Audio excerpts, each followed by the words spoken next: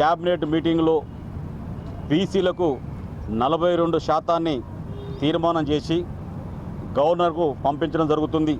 బడుగుల గురించి ఆలోచించే Congress party Rahul Gandhi declaration తెలంగాణలో కాంగ్రెస్ ప్రభుత్వం రాగానే 42% స్థానిక సంస్థల్లో కానీ పార్టీ పదవుల్లో కానీ ఇస్తామని చెప్పి ప్రకటించి దానికి కట్టుబడి జనగణన చేపించి పార్లమెంటు కూడా పంపించడం జరిగింది.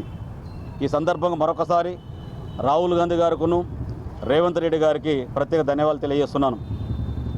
నిన్నగాక మొన్న మానుకోట అభివృద్ధి కార్యక్రమాల్లో 400 కోట్ల రూపాయలు ఎన్నడూ లేని విధంగా ప్రభుత్వ సలహాదారులు, అదేవిధంగా తెలంగాణ రాష్ట్రంలో కాంగ్రెస్ పార్టీ రావటానికి రేవంత్ రెడ్డి గారితో పయనిస్తూ తన అడుగులో అడుగు వేస్తూ రాష్ట్రంలో కాంగ్రెస్ ప్రభుత్వానికి రావడానికి దోహదపడ్డ ప్రత్యేకంగా ప్రభుత్వ సలహాదారులు వేం నరేందర్ రెడ్డి గారికి సందర్భంగా ధన్యవాదాలు తెలియజేస్తున్నాం.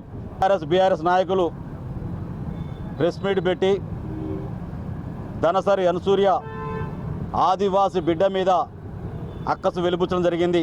సత్యవతి రాథోడ్ గారికి తను ఆదివాసి గిరిజన బిడ్డే, మీరు గిరిజన బిడ్డే, మిమ్మల్ని మీరు కించపరుచుకునే విధంగా వివరించవద్దని చెప్పి ప్రత్యేకంగా మీకు విజ్ఞప్తి చేస్తున్నాను.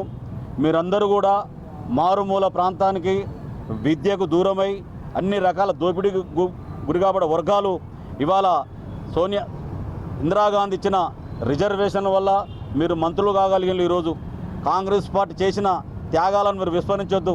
ఇవాళ ఈ జిల్లాలో లంబాడీ సోదరులు ముందంజలో ఉన్నారంటే 1976లో ఇందిరాగాంధీ తీసుకొచ్చిన ఎస్టీ చట్టం మీకు ఉపయోగపడ్డది. అది గుర్తుపెట్టుకోవాల్సిన అవసరం ఉన్నది. టీఆర్ఎస్ బీఆర్ఎస్ నాయకులు రోజుకో రకంగా కాంగ్రెస్ పార్టీని బలహీనపరిచే విధంగా కాంగ్రెస్ నాయకత్వాన్ని మానసికంగా దెబ్బకొట్టే విధంగా ప్రయత్నం చేస్తున్నారు.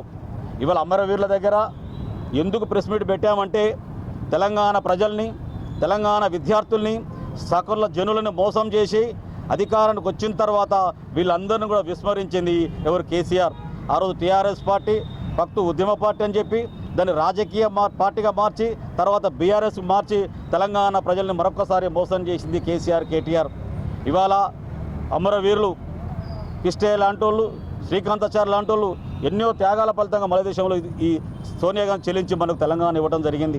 రాబోయే స్థానిక సంస్థల్లో ఏ విధంగానైతే కాంగ్రెస్ కార్యకర్తలను కానీ కాంగ్రెస్ నాయకులను దెబ్బకొట్టే విధంగా ఇవాళ మరొకసారి తెలంగాణ సెంటిమెంట్ రెచ్చగొట్టే తీవ్ర ప్రయత్నం టీఆర్ఎస్ చేస్తుంది. కానీ మీ పబ్బం ఉడకదు. ఎందుకంటే తెలంగాణ ప్రజలు విజ్ఞులు, తెలంగాణ యువత విజ్ఞులు. ఇవాళ తెలంగాణ ఉద్యమంలో పనిచేసిన ఉద్యమకారులు మొత్తం కూడా, తెలంగాణ రాష్ట్ర కోసం పనిచేసిన ఉద్యమకారులు మొత్తం కూడా రోడ్లు పట్టుకొని బికార్లా తిరుగుతుంటే నా హృదయం ద్రవిస్తుంది.